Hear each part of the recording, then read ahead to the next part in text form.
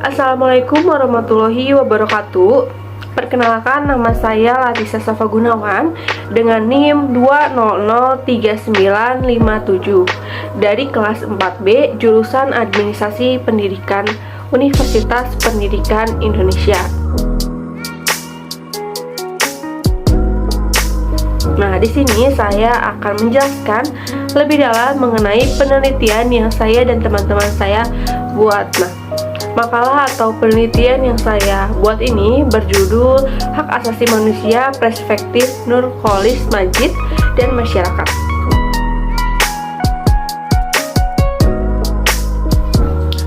Sejarah HAM dimulai dari Marga Carta di Inggris pada tahun 1252 Masehi, yang kemudian berlanjut pada Bill of Rights yang berpangkal pada DUHAP PBB. Nah, di Indonesia sendiri pemenuhan hak asasi manusia masih belum memuaskan, sebab banyak faktor yang menghambat penegakan HAM di Indonesia, seperti masalah hukum, dualisme peradilan, dan prosedural acara.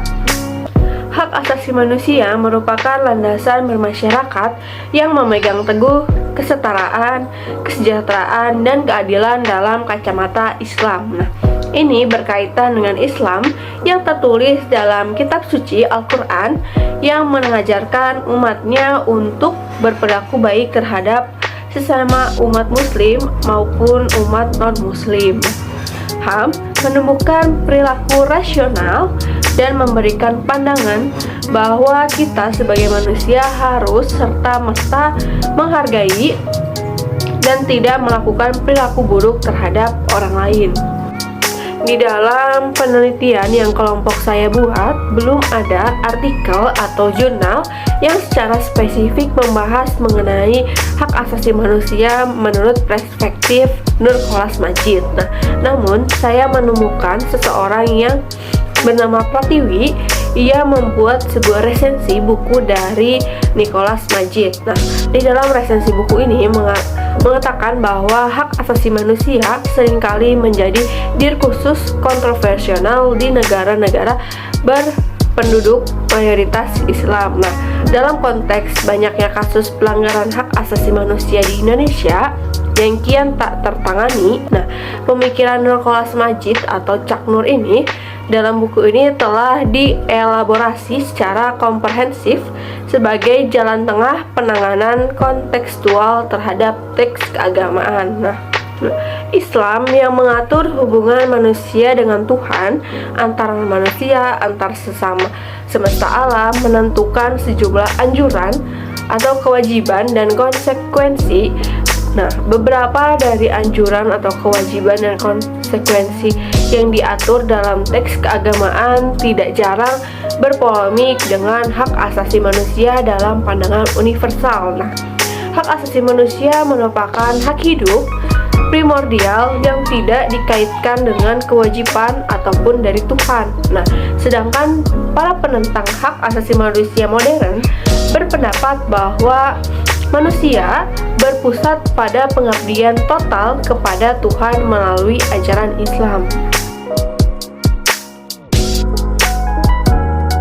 Yang telah dilakukan saya dan teman-teman saya dalam penelitian ini, nah, kami meneliti dan memahami makna hak asasi manusia lebih luas, terutama dalam pandangan Islam. Nah, kedua hal tersebut berkaitan jelas dalam pedoman berperilaku baik terhadap kehidupan bermasyarakat dan berperi kemanusiaan. Nah, Islam dengan ayat-ayatnya yang mengajarkan tentang kebaikan terhadap sesama manusia dan hak asasi manusia, yang juga menggambarkan tuntunan dan pedoman kepada manusia untuk bisa saling bermanfaat dan tidak memandang sebelah mata. Penelitian ini bertujuan untuk memberikan perspektif baru untuk kami dengan mengetahui lebih luas lagi tentang kehidupan yang bijak dalam tuntunan Islam yang disertai hak asasi manusia sebagai pedoman umum atau universal. Nah, hakikatnya manusia berhak untuk hidup, didengar pendapatnya, hidup bahagia, berpendapat, berhak memilih, berhak untuk bertindak, dan lain sebagainya nih. Nah, sangat tidak etis apabila rasisme, penghakiman, ataupun larangan berpendapat oleh seseorang atau kelompok manusia lainnya yang itu bertentangan dengan pandangan hak manusia dalam Islam. Nah, dan hak asasi manusia dalam pandangan universal.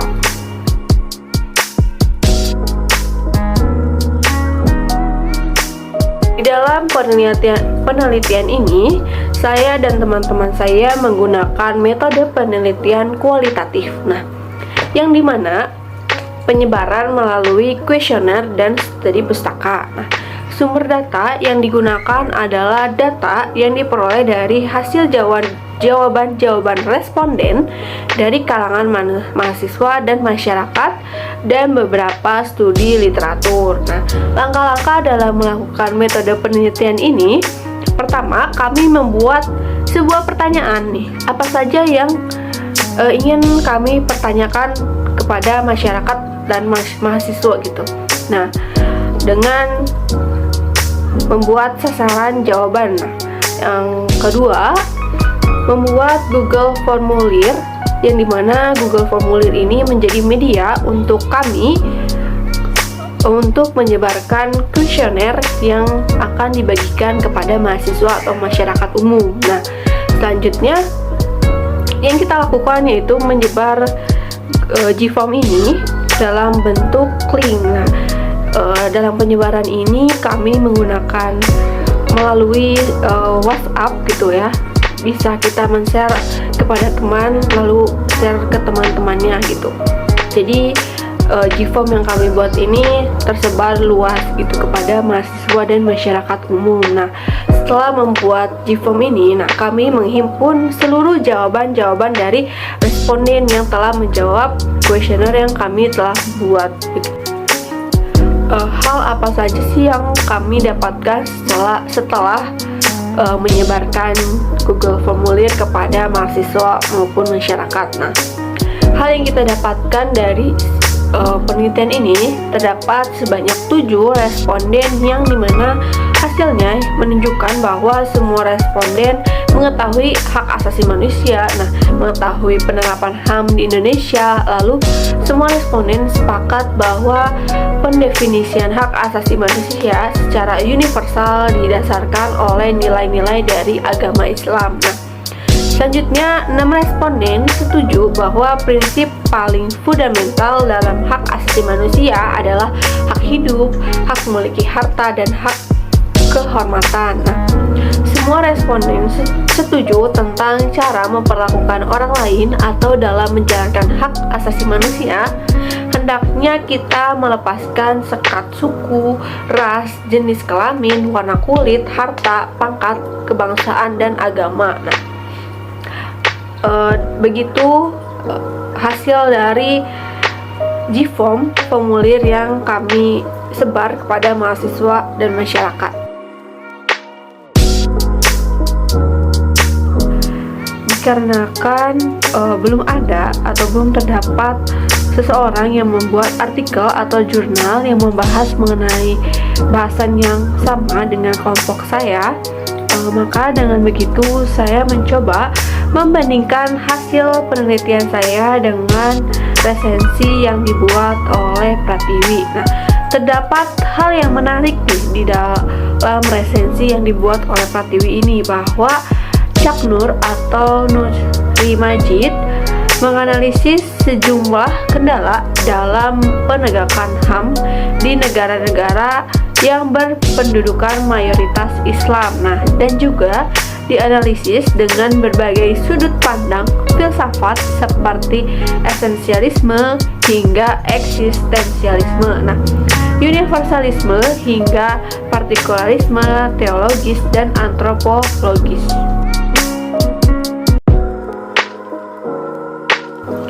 Selanjutnya kita sudah di penghujung video. Nah, saya akan sedikit membuat kesimpulan mengenai penelitian yang telah saya buat bersama teman-teman kelompok saya. Nah, jadi perbedaan standar antara hak asasi manusia Islam dan hak asasi manusia internasional antara lain disebabkan adanya titik tolak pemikiran yang berbeda, kemudian melahirkan pemikiran yang berbeda juga tentang world view yang berbeda pula. Nah, pandangan dunia yang berbeda itu secara sederhana sebagai berikut. Nah, kalangan Islam meletakkan wahyu di atas penalaran manusia atau teosentris. Nah, sedangkan hak asasi manusia internasional didasarkan pada kemanusiaan atau antroposentris. Nah, pandangan teoritis berpendapat bahwa hak asasi manusia adalah produk Tuhan, sehingga standar yang harus diikuti dalam standar Tuhan sebagaimana terdapat 9 dalam wahyu dan segala produk sejarahnya. Nah, sedangkan pandangan antroposentris berpendapat bahwa menjadi standar adalah nilai kemanusiaan, bukan nilai ketuhanan, terlepas dari mana nilai tersebut muncul. Nah, apakah dari pandangan filsafat, agama, atau bahkan dari nalar manusia itu sendiri. Nah, sekian kesimpulan yang saya dapat paparkan. Nah, selanjutnya terdapat 2 referensi buku yang saya gunakan dalam penelitian ini. Yang pertama, buku yang berjudul Hak Asasi Manusia dalam Islam yang diterbitkan oleh Maud BH pada tahun 2016. Nah, ada di jurnal ilmiah Al-Syirah ayat 1. Nah, selanjutnya ada konsep hak asasi manusia dalam Islam dan mengungkap korelasi antara Islam dengan hak asasi manusia yang diterbitkan oleh A.Y. Zein. Nah, berikut video yang saya buat. Sekian pemaparan saya mengenai penelitian yang saya lakukan dengan kawan-kawan saya. Mohon maaf apabila terdapat kekurangan dalam video ini. Sekian dan terima kasih. Wassalamualaikum warahmatullahi wabarakatuh.